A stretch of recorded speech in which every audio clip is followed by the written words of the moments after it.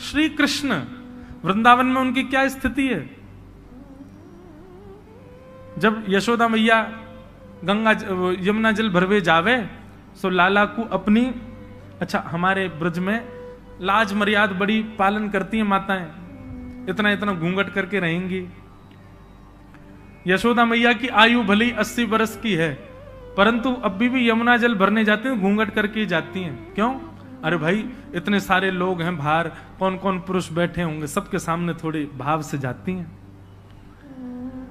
अब मैया जाती यमुना जल भरवे, लाला रोवे, मुंह ले चल मैया मैं चलूंगो, मैं ना रह रो, धरती पर लेट जाए।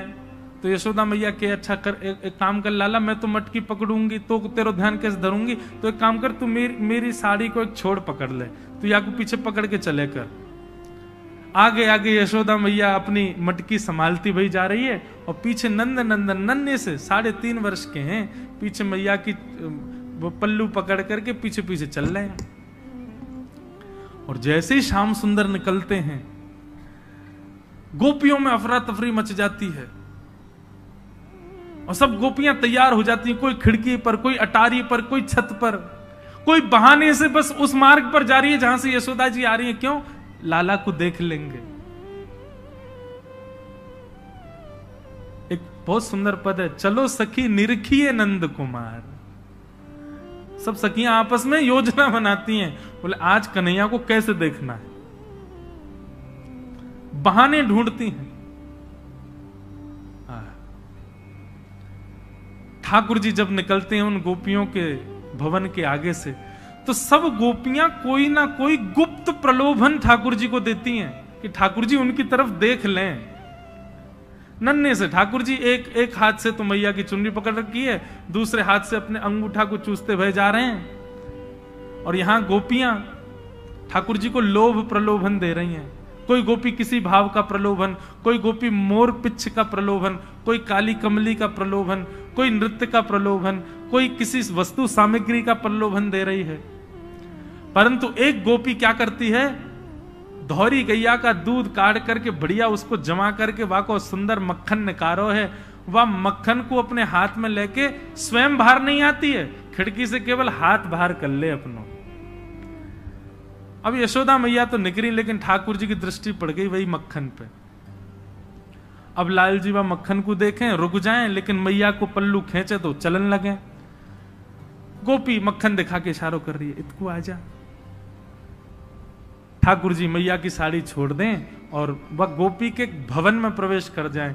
जैसे ही प्रवेश करते हैं महाराज, सारी गोपियां भागती हैं अपने अपने घरों, सब उसी के घर में प्रवेश कर जाती हैं, भीतर से चटकनी लगा करके। और ठाकुर जी बैठा लिए बीच में, चारों तरफ बैठ गई सबरी गोपी और सब निरख रही हैं श्याम सुंदर को।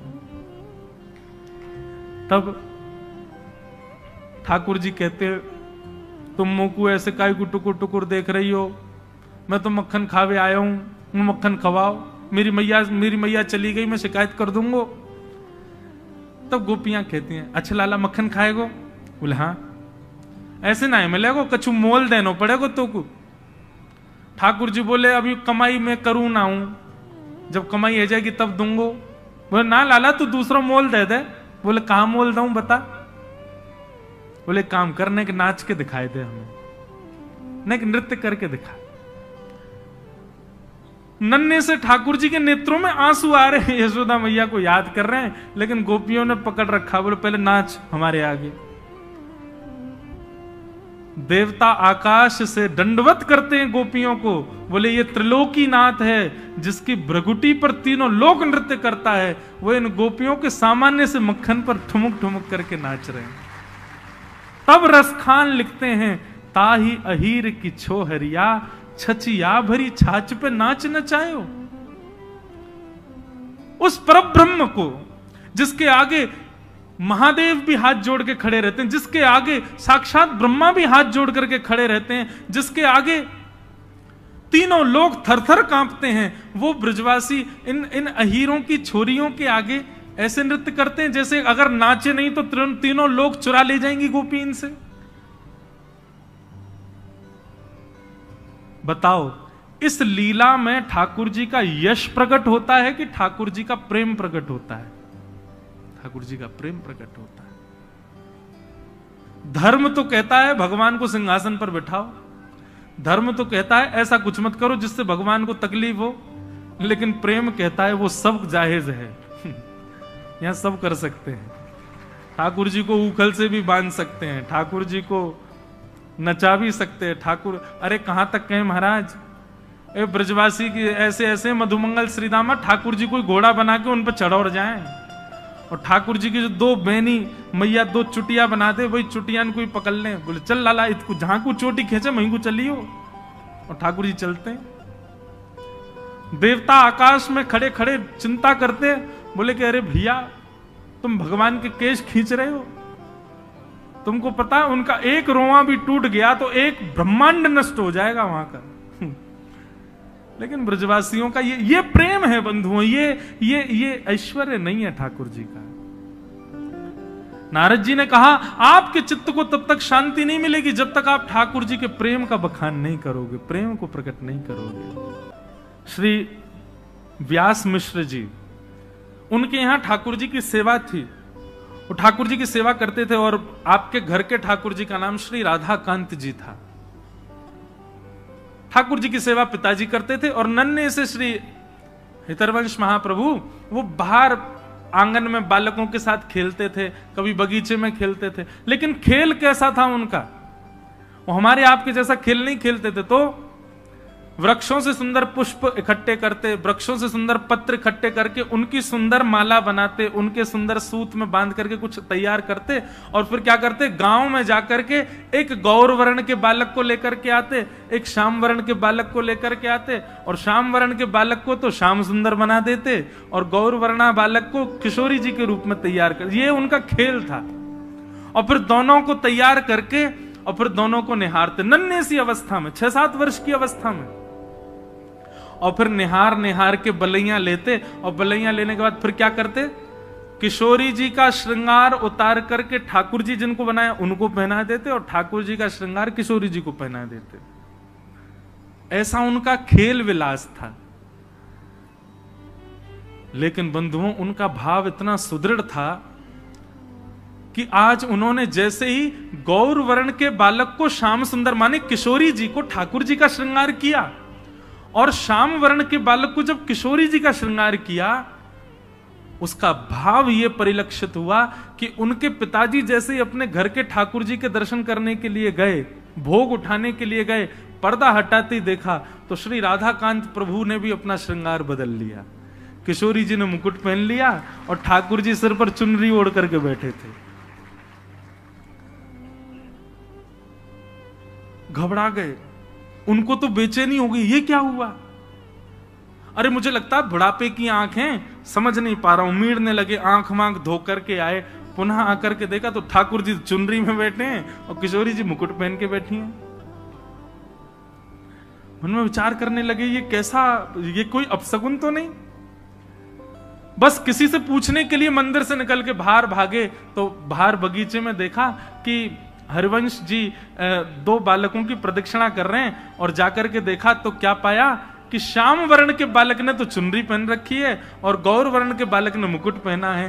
देखते ही समझ गए, बोले ओहो, मेरे इस बालक की भक्ति की श्रेष्ठता इतनी हो गई कि वो बालकों के साथ श्रृंगार करता है और प्रत्यक्ष ठाकुर जी उसकी सेवा स्वीकार करते हैं। ये सामान्य बालक नहीं। ऐसे महाप्रभु जी, उनके पिताजी कभी ठाकुर जी के आगे लड्डू भोग रखते, पर्दा करके जैसे ही पर्दा हटाते तो क्या पाते, लड्डू के साथ साथ वहां पे आम, सेब, अमरूद, सुंदर सुंदर बहु व्यंजन वहां पर रखे हैं, जो कि रखे ही नहीं थे। अब उनको संशय नहीं होता था, जैसी ऐसी कोई लीला होती वो दौड़ करके हरिवंश जी के पास जाते। दौड़ करके हरिवंश जी के पास गए तो आज क्या देखा कि आज किसी बालक का श्रृंगार नहीं किया है।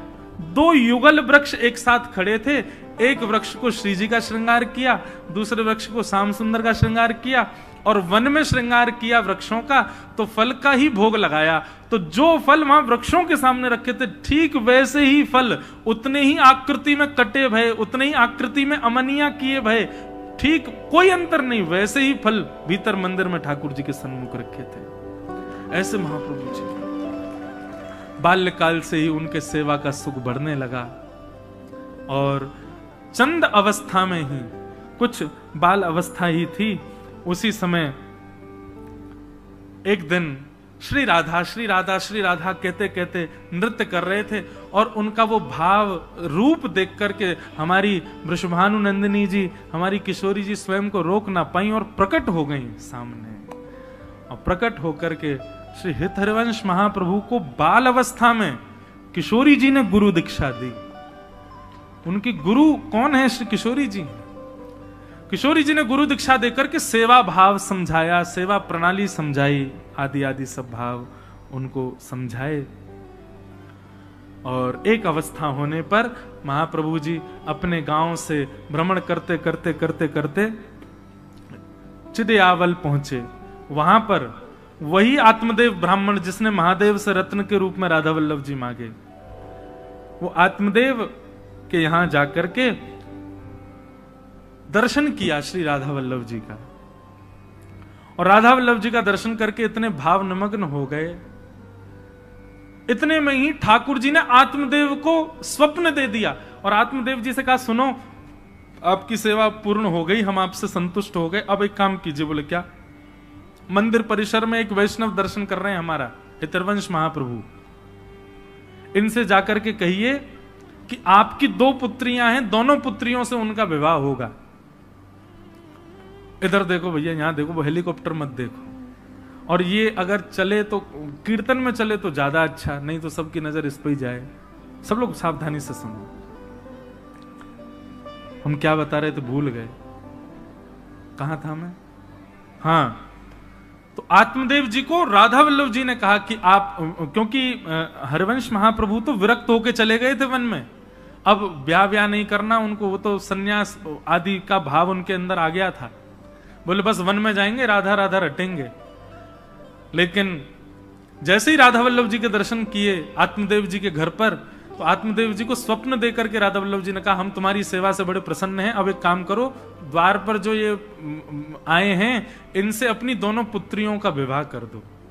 वो मना करें तो उनको कहना राधा वल्लभ जी की आज्ञा है, और सुनो विवाह कर दो अपनी पुत्रियों का। तो आत्मदेव जी जो थे थोड़े संकोच में आ गए, जय जय, ब्याह करते हैं तो फिर तो दहेज देना पड़ता, बहुत सामग्री, मेरे पे कहां इतनी सामग्री। बोले एक काम कर, तू मुझे ही दे दे दहेज में उनको, मैं ही चला जाऊंगा उनके साथ, और ये सब मेरे श्रृंगार भी उन्हीं को ही दे देना, वही मेरी सेवा करेंगे। और आत्मदेव जी ने आज्ञा की, ठाकुर जी ने आज्ञा की, ऐसा कहा तो महाप्रभु जी ने स्वीकार किया, दोनों पुत्रियों के साथ विवाह किया और श्री राधा वल्लभ जी को उपहार रूप में अपनी गोद में लेकर के श्री वृंदावन पधारे। और वृंदावन में मदन टेर एक स्थान है, वहां आकर के श्री राधा वल्लभ जी को विराजमान किया। कालांतर में ठाकुर जी का मंदिर निर्माण हुआ, फिर उसमें ठाकुर जी विराजमान हुए। बोलो श्री राधा वल्लभ लाल की, श्री हित हरिवंश महाप्रभु के, प्यारे वृंदावन धाम की। इसीलिए हम सप्तनिधि के पद में गाते हैं, आतुर हित हरिवंश पुकारो, श्री राधा राधा नाम।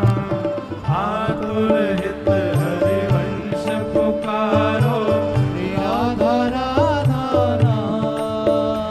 हे आतुर हित हरिवंश पुकारो, श्री राधा राधा नाम।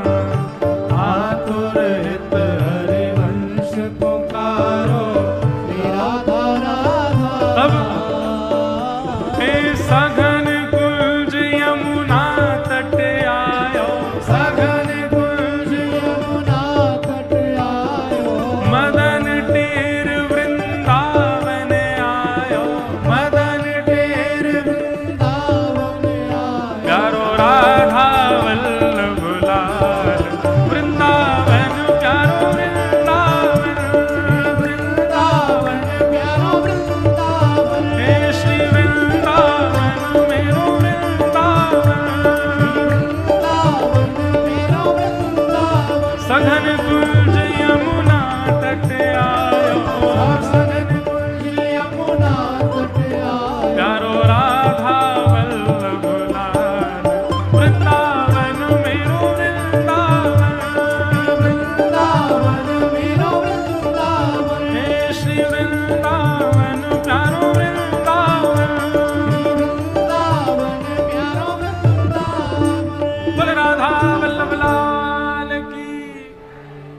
ऐसे हमारे वृंदावन के मुकुटमणि श्री राधा वल्लभ लाल जी जिन आचार्य चरण के द्वारा पधराए गए, जिन आचार्य चरण के द्वारा वहां पर विराजमान किए गए, ऐसे श्री हितरवंश महाप्रभु जिनका आज प्रादुर्भाव दिवस है, उन आचार्य चरणों के पावन चरण कमलों में हम इस भाव से प्रणाम करते हैं कि हे आचार्य चरण, आप हम पर कृपा करें।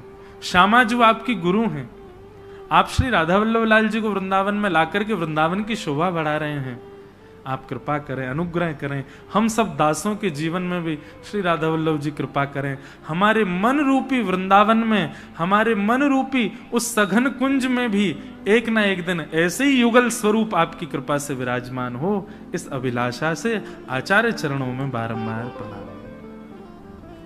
आज के इस मंगल दिवस के हम इसी बेला को प्रणाम करते हैं। आज तो पूरी कथा ही वृंदावन में हो गई। देखो यही है, हमारे जन्मदिन से क्या होता है? गुब्बारे फूटते हैं। हमारे जन्मदिन से क्या होता है? केक कटते हैं। हमारे जन्मदिन से क्या होता है? 4-5 लोग आकर के और तला हुआ भोजन खा के बीमार होते हैं। लेकिन आचार्य चरण का जब जन्मोत्सव होता है तो हजारों वैष्णवों के चित्त में वृंदावन प्रकट हो जाता है। हजारों वैष्णवों के चित्त में श्री राधा वल्लभ लाल जी प्रकट हो जाते हैं। एक वैष्णव भक्त का मंगल प्रादुर्भाव दिवस कितना आनंद देने वाला होता है। बंधुओं, एक बार को ठाकुर जी के उत्सव भूल जाना, पर ये रसिक जन संतों के कभी उत्सव भूला मत करो। और इन उत्सवों पे जैसे आप जन्माष्टमी, रामनवमी पर ठाकुर जी का श्रृंगार विशेष करते हो, इन उत्सवों पर भी अपने ठाकुर जी का विशेष श्रृंगार किया करो। लेकिन वो तो तब हो ना जब जाने आचार्य चरणों को। उसके लिए सत्संग सुनो, वैष्णवों को सुनो, आचार्य चरणों के बारे में, उनकी तिथि कौन सी होती है, क्या होता है, इन सब का एक नियम बनाओ। ये भी एक वैष्णव नियम है। हम रामानुज संप्रदाय के, लेकिन हम जरूरी नहीं है कि केवल अपने संप्रदाय की बात, हम सारे संप्रदायों के आचार्यों को प्रणाम करते हैं। जिसके बारे में पता चलता जाता है उन सबको प्रणाम करता हूं। मेरे अंदर वो भाव नहीं कि केवल हमारे आचार्य सर्वोपरि हैं, पर ये सब आचार्य भी अनुग्रह करेंगे तभी कृपा होगी। और क्योंकि वृंदावन ब्रजवासी हैं भैया, तो ब्रजवासी तो सबरे संप्रदायन को, हमारे आचार्य तो साक्षात ठाकुर जी हैं। और ठाकुर जी को जो प्रसन्न कर दे, ठाकुर जी को जो लाड़ लड़ावे, वो सब हमको प्रिय है। इस भाव से हम आपको प्रणाम करते हैं। आइए आज के भागवत क्रम में प्रवेश करें। तो कल हम आप सब लोग श्रवण कर रहे थे, सौनकादि ऋषियों ने 6 प्रश्न किए और इन 6 प्रश्नों में 7 दिन की कथा। और इसी विषय को बताते हुए श्री सूत जी महाराज वर्णन करते हैं। अच्छा, एक राधा वल्लभ लाल जी के लिए मेरे मन में मैं अपनी इच्छा से नहीं रह पाता। आज मैं व्यास मंच पर जब बैठा तो एक पद मेरे मन में आया जो श्री महाप्रभु जी का ही है। तो एक बार मन में, और एक अंतिम भाव है कि इस पद से एक बार युगल सरकार को प्रणाम कर लें और फिर उसके बाद कथा में आज के में प्रवेश करेंगे। हमने कही ना श्यामा जू आ गई, अब तो कथा, अब तो फिर वृंदावन रसी चलेगो। श्री हित हरवंश महाप्रभु एवं उनके वंशा में प्रकट हुए सब वैष्णव जन इस भाव को बड़े भाव से गाते हैं। गौर श्याम मेरे लोचन गहनो, गौर श्याम मेरे लोचन गहनो। सब लोग गाओ। गौर श्याम मेरे लोचन गहनो, गौर श्याम मेरे लोचन गहनो। कानों में तो कुंडल पहन लिया आपने आभूषण के रूप में, नाक में भी बाली पहन लेते हैं आभूषण के रूप में। नाक में नथनी पर क्या पहनते हैं, क्या पहनते हैं नाक में, वो जो भी पहनते हैं ना। गले में भी हार पहनते हैं। लेकिन इन नेत्र रूपी इन इंद्रियों में क्या धारण करें? तब कहते हैं गौर यानी कि श्री किशोरी जी, श्याम यानी कि हमारे ठाकुर जी। दूसरे भाव में गौर यानी बलराम, श्याम यानी श्री कृष्ण, दोनों भाव से।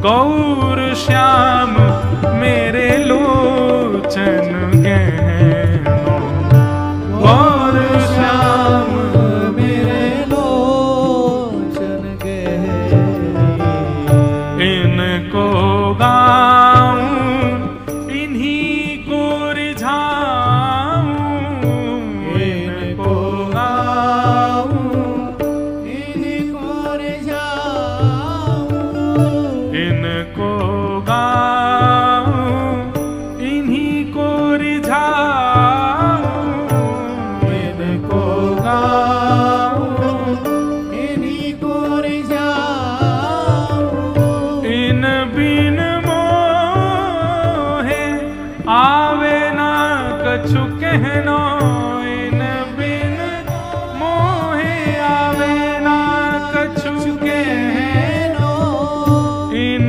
बिन मोहे आवे ना कछु कहनो, इन बिन मोहे आवे ना कछु कहनो, हे गौर श्याम मेरे लोचन गहनो, गौर श्याम मेरे लोचन गहनो, हे गौर श्याम मेरे लोचन गहनो, गौर श्याम मेरे लोचन गहनो, यह विधु वदन उदित रहे निस दिन, यह विधु वदन उदित रहे सादर पलक बिसरी के चाहनो, सादर पलक बिसर के चाहनो, वृंदावन हित रूप बलि गई, वृंदावन हित रूप बलि गई, वृंदावन हित रूप बलि गई, वृंदावन हित रूप बलि गई, अष्ट प्रहर सुख इन सोले नो, अष्ट प्रहर सुख इन सोले नो, हे गौर श्याम मेरे लोचन गहनो, गौर श्याम मेरे लोचन गहनो, श्री गौर श्याम मेरे लोचन गहनो, गौर श्याम मेरे श्री राधा वल्लभ लाल की जय। इस प्रकार श्री हितरवंश महाप्रभु को हम प्रणाम करते हैं। बंधुओं, आगे की कथा में भागवत जी की रचना का क्रम है। इदं भागवतम नाम पुराणम ब्रह्म संहितम, उत्तम श्लोक चरितम भगवान चकार भगवान ऋषि। श्रीमद् भागवत की रचना कैसे हुई और क्यों हुई, बहुत ध्यान से सुनो। वेदव्यास जी महाराज सरस्वती नदी के तट पर विराजमान थे। सरस्वती नदी का तट कहां है बताओ भारत में? सरस्वती नदी केवल, वैसे तो कई कई जगह बताए जाते, पर मुख्य रूप से एक ही तट है उनका, बद्रीनाथ। बद्रीनाथ से थोड़ा और आगे जाओ तो माना गांव, वहीं सरस्वती जी का उद्गम है। और थोड़ी दूर 1-1.5 किलोमीटर चलने के बाद सरस्वती जी लुप्त हो जाती हैं। फिर गंगा जी का दर्शन होता है, अलकनंदा जी। तो श्री सरस्वती जी के तट पर वेदव्यास जी विराजमान थे और बड़ी चिंता में बैठे थे। किस लिए? मेरी और आपकी चिंता में बैठे थे भैया कलयुग के लोग बड़े विचलित होने वाले हैं। कलयुग के लोगों की मनस्थिति, बुद्धि, कलयुग के लोगों के विचार बड़े दूषित होने वाले हैं। इन लोगों के कल्याण के लिए मैं क्या लिखूं, मैं क्या करूं? कलयुग के लोगों का उद्धार हो उसके लिए मुझे क्या करना चाहिए, ये चिंता कर रहे थे। तभी उन्होंने हमारे आपके कल्याण के लिए वेद पुराण आदि का रचना करनी प्रारंभ की। लिखते गए, रचना करते गए, करते गए, करते गए। एक रचना करते, उसके बाद सोचते अभी इसमें तो ये तो मैंने वर्णन ही नहीं किया, तो दूसरे ग्रंथ की रचना करते। फिर उसके बाद मन में विचार करते अभी तो ये भाव अपूर्ण रह गया, फिर रचना कर। ऐसा करते करते अनेक ग्रंथों की रचना उन्होंने कर दी। 18 उपपुराण, 17 महापुराण, महाभारत, ऋग्वेद, यजुर्वेद, सामवेद, अथर्ववेद आदि आदि इन सब की रचना हुई। चारों तरफ केवल पंक्तियां ही पंक्तियां रखी। वेद व्यास जी महाराज मन में विचार करने लगे, मैंने इतना सब कुछ लिख दिया, पर अभी भी मेरे मन में ऐसा लग रहा है कि कुछ तो अपूर्ण है इनमें, कुछ तो ऐसा है कि जो अभी पूर्ण नहीं हुआ है। और अपूर्णता के कारण मन में विचार करने लगे अब क्या करूं।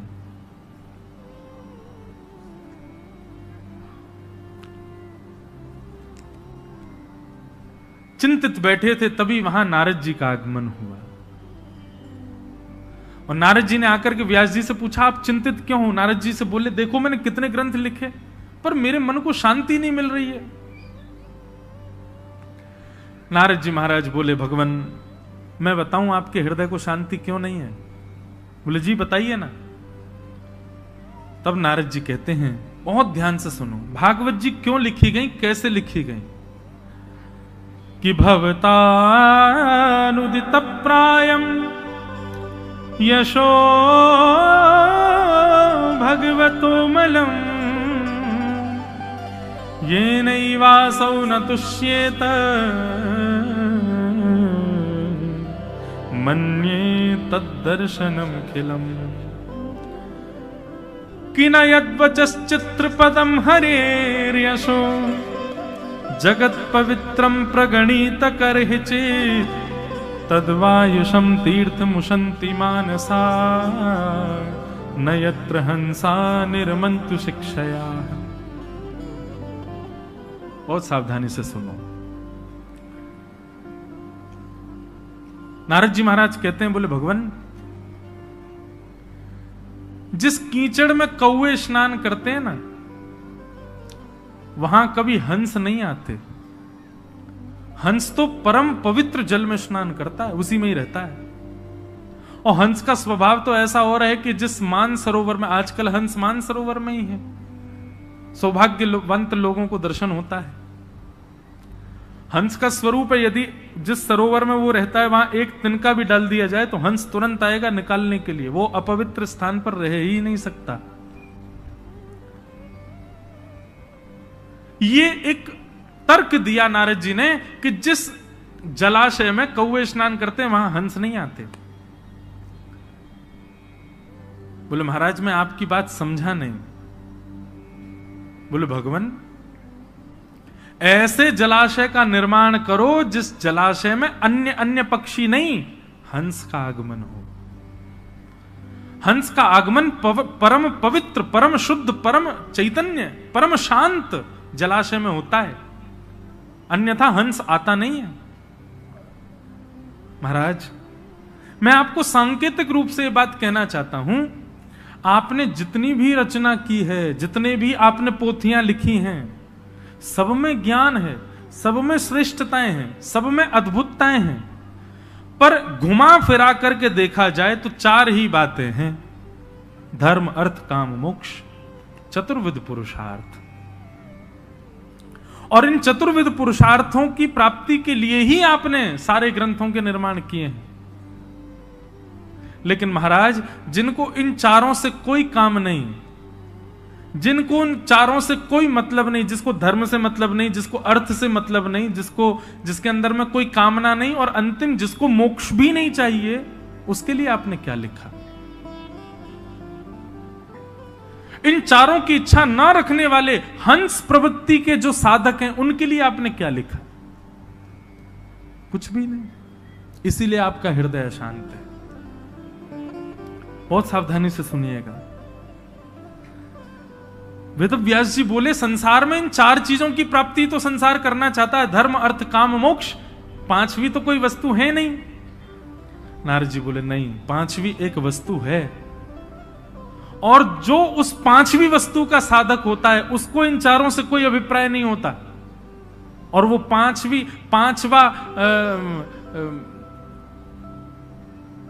वस्तु क्या है?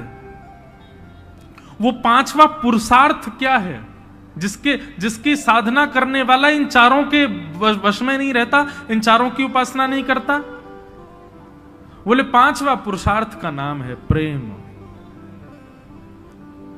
प्रेम का जो पथिक है उसको ना तो धर्म की चिंता होती, प्रेम का जो पथिक है उसको ना ही अर्थ की चिंता होती, प्रेम का जो पथिक है ना ही उसके चित्त में कोई कामना होती, और प्रेम का जो पथिक है उसको मोक्ष की भी चिंता नहीं होती। ऐसे प्रेम के पथिकों के लिए आपने क्या लिखा? कुछ भी नहीं। इसीलिए आपका हृदय अशांत है।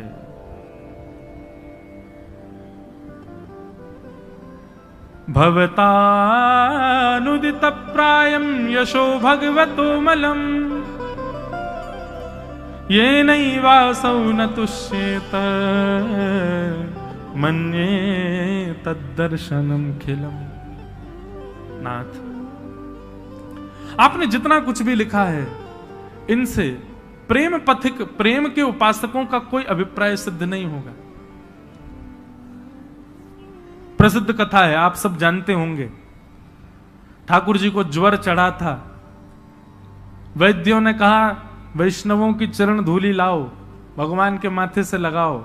सबने मना कर दिया।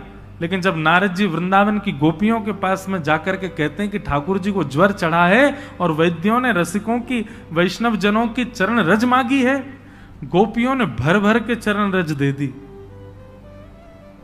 नारद जी महाराज कहते हैं, आपको डर नहीं लगता? गोपियों बोली, किस बात का डर? बोले, आपकी चरण रज भगवान के माथे से लगेगी, आपको पता है इसका क्या आपको भोगना पड़ेगा पाप? अरे भैया, मंदिरों में तो ठाकुर जी के सामने कमर कर दें, पीठ कर दें ठाकुर जी को, तो भी अपराध माना जाता है। आप अपने चरण रज भगवान के मस्तक पर लगाने के लिए दे रही हैं। मानता हूं कि यह औषधि आवश्यक है, परंतु आपको यह विचार नहीं होता कि इसके लिए आपको नरक जाना पड़ेगा। गोपियां कहती हैं, नारद, यदि हमारी चरण रज देने से श्री कृष्ण की पीड़ा दूर होती है तो ऐसी चरण रजों का भंडार खोल देंगी द्वारिका में, और भले ही उसके लिए हमको नरक जाना पड़े, 2000 वर्ष तक नरक रहना पड़े, हम नरक स्वीकार कर लेंगे, लेकिन कृष्ण पीड़ा में है यह स्वीकार नहीं कर सकते। हम अपना कष्ट स्वीकार कर लेंगी, यम के कोड़े स्वीकार कर लेंगी, लेकिन कृष्ण पीड़ा में है, ये तो नरक से भी ज्यादा बड़ी वेदना है हमारे लिए, हम उसको स्वीकार नहीं कर सकते। बताओ, क्या आपको यहां धर्म दिखाई दिया? धर्म तो कहता है भगवान के आगे चरण नहीं करने चाहिए।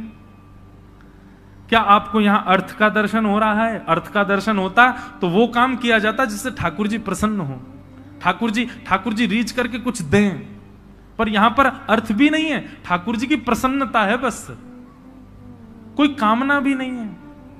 अपनी चरण रज देकर के मानो गोपियों ने कुछ मांग लिया हो ना, और मोक्ष की तो कामना है ही नहीं, कोड़ों के लिए तैयार बैठ गई हैं गोपियां। यमराज हमको कोड़े बरसा दे वो स्वीकार है, लेकिन कृष्ण पीड़ा में ये स्वीकार नहीं। उसी समय नारद जी ने कलम उठाई और नारद भक्ति सूत्र का निर्माण किया, और उसमें जब प्रेम की व्याख्या करते हैं नारद जी, तो कहते हैं, हे प्रेम पथिकों, सावधान हो जाओ, यदि प्रेम के उपासक बनना चाहते हो तो तुमको किसका पालन करना है? बोले, यथा ब्रज गोपिका नाम, ब्रज की गोपियां, ये ब्रजवासी, यही आपको प्रेम सिखा सकते हैं, और कोई प्रेम नहीं सिखा पाएगा। तो प्रेम के जो उपासक होते हैं, अरे भाई सामान्य संसार में किसी कन्या से प्रेम करने वाला, सामान्य संसार में किसी सामान्य कन्या के प्रति प्रेम रखने वाला, वो क्या क्या नहीं कर बैठता है। धूप ताप का भी विचार नहीं करता,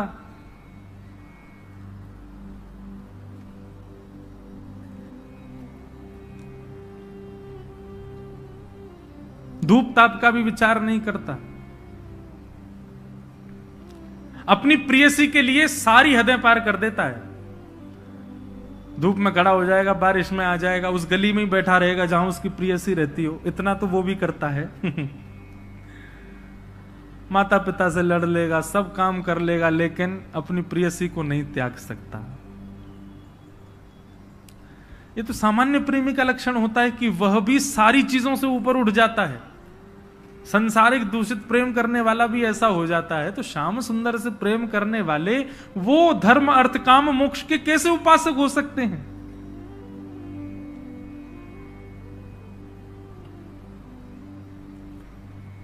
नारद जी कह रहे हैं, व्यास जी आपके चित्त को तब तक शांति नहीं मिलेगी जब तक आप ऐसे किसी ग्रंथ का निर्माण ना कर दें जिसमें प्रेम प्रधान हो, जहां पर सेवा, जहां पर पुण्य प्रधान नहीं है, पाप प्रधान नहीं है, धर्म अर्थ काम मोक्ष प्रधान नहीं है, जहां पर केवल प्रेम प्रधान है। जब तक ऐसी कोई रचना आप नहीं करेंगे, आपका चित्त शांत नहीं होगा।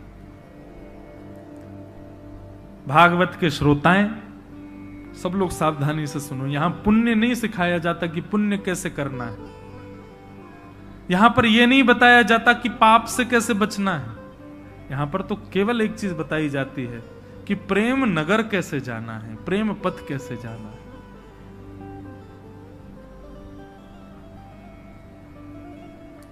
भागवत केवल वही सिखाता है। नारद जी महाराज बोले, भगवान अब आप प्रेम की परिभाषा, तो वेद व्यास जी बोले उसके लिए मुझे क्या करना पड़ेगा? बोले आपने अब तक ठाकुर जी के ऐश्वर्य का वर्णन किया है, अब तक आपने ठाकुर जी के यश का वर्णन किया है, अब ठाकुर जी के प्रेम का वर्णन करो। बोले ठाकुर जी का प्रेम कैसा? बोले ठाकुर जी का यश तो आपने बता दिया, कैसा है? बोले महाभारत युद्ध में खड़े होकर के महाराज गीता का ज्ञान दिया, महाभारत में आपने यश बता दिया। अन्य अन्य पुराणों में आपने ठाकुर जी की खूब कीर्ति बताई, खूब यश बताया, खूब महिमा बताई। अब उनके प्रेम स्वरूप को बताओ। यश सुनकर के, कीर्ति सुनकर के व्यक्ति की श्रद्धा होगी भगवान में, लेकिन अब ऐसा कुछ लिखो जिसको सुनने के बाद व्यक्ति भगवान से प्रेम करे, ठाकुर जी से प्रेम करे।